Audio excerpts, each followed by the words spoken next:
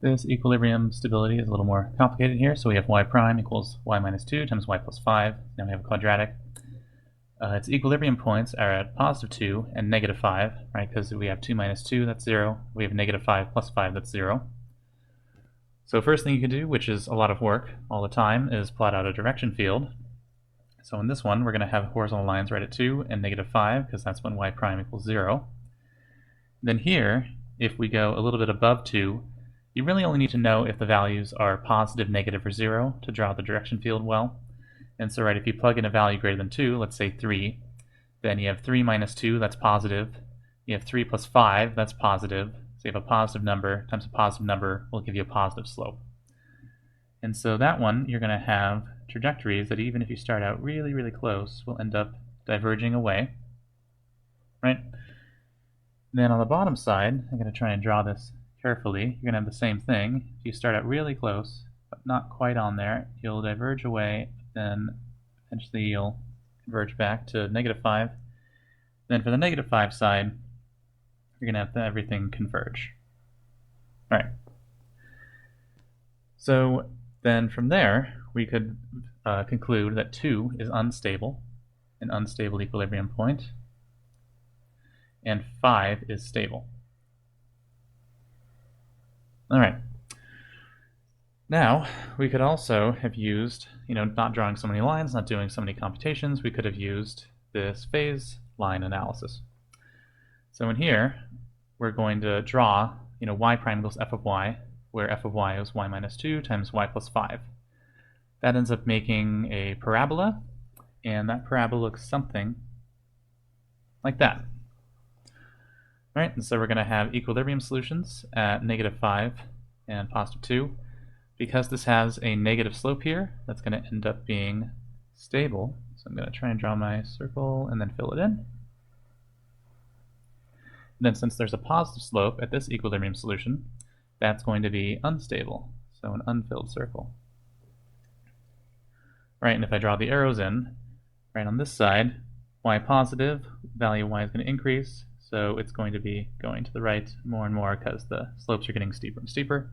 On the left, we have negative, so it's going to have a peak in the middle, and then the arrows get a little smaller as they get close to the equilibrium. There we go. Then the unstable, right, it's negative slope on the left, positive slope on the right, so the arrows end up doing something like that.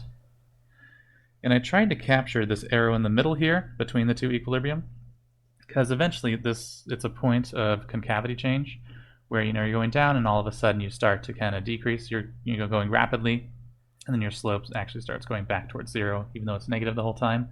And so its steepest point is actually in the middle there. And I tried to draw that in the direction field. All right, well, what about using the derivative approach?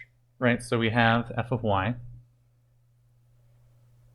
is equal to y minus 2 times y plus 5. And I will have to multiply that out here, so that's going to be y squared plus 3y minus 10. Yeah, I think I did that right. And I want to compute partial f, partial y. And the reason I want to multiply it out, it's a little easier to take derivatives. So here I'm going to have 2y from the y squared term, and the plus 3y, partial derivative with respect to y, will be just 3. And then the minus 10 turns into a 0. All right, so this isn't that bad. So what is partial f, partial y? And this is a way to write evaluated that. You could probably remember it from integrals. At the end, you would say, this expression evaluated at certain points. So this is going to be evaluated at y equals, let's start with the negative 5 equilibrium point. Okay, well, that's going to equal 2 times negative 5 plus 3. Well, let's see, that's negative 10 plus 3, so that's negative 7. All right, so if it's negative 7, if the slope is negative, that meant that the equilibrium point was stable. So let me make my 7 look a little more like a 7. And so this means stable, right? Because partial f, partial y is less than 0 at the equilibrium. It's a terrible E.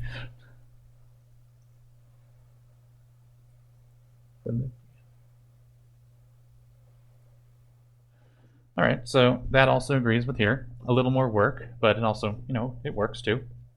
You can't, maybe it's hard to draw this sometimes. You're on a test. So now we have the other equilibrium point, partial f, partial y. We're going to evaluate this at the other equilibrium, y equals 2. Well, if we do that, we end up with 2 times 2 plus 3, that ends up being positive 7. All right, so that's going to mean it's an unstable equilibrium point, and that's happening because partial f, partial y was greater than 0 at the equilibrium point. Equilibrium. And again, you can see that from this graph. So at the unstable equilibrium point, we had a positive slope. When it's positive slope, it's negative y prime on the left, positive y prime on the right. So everything to the left goes to the left, everything to the right goes to the right. So unstable. And that's what we got for the y equals 2 equilibrium point. At the y equals -5 equilibrium point, we had a negative slope here. If the slope is negative, that means we get positive y prime on the left, negative y prime on the right. Positive y prime on the left means the y values will increase to the right towards the equilibrium point. If we're to the right of the equilibrium point, then the y values are going to decrease to the left, all going towards the equilibrium point. And that's why this thing works.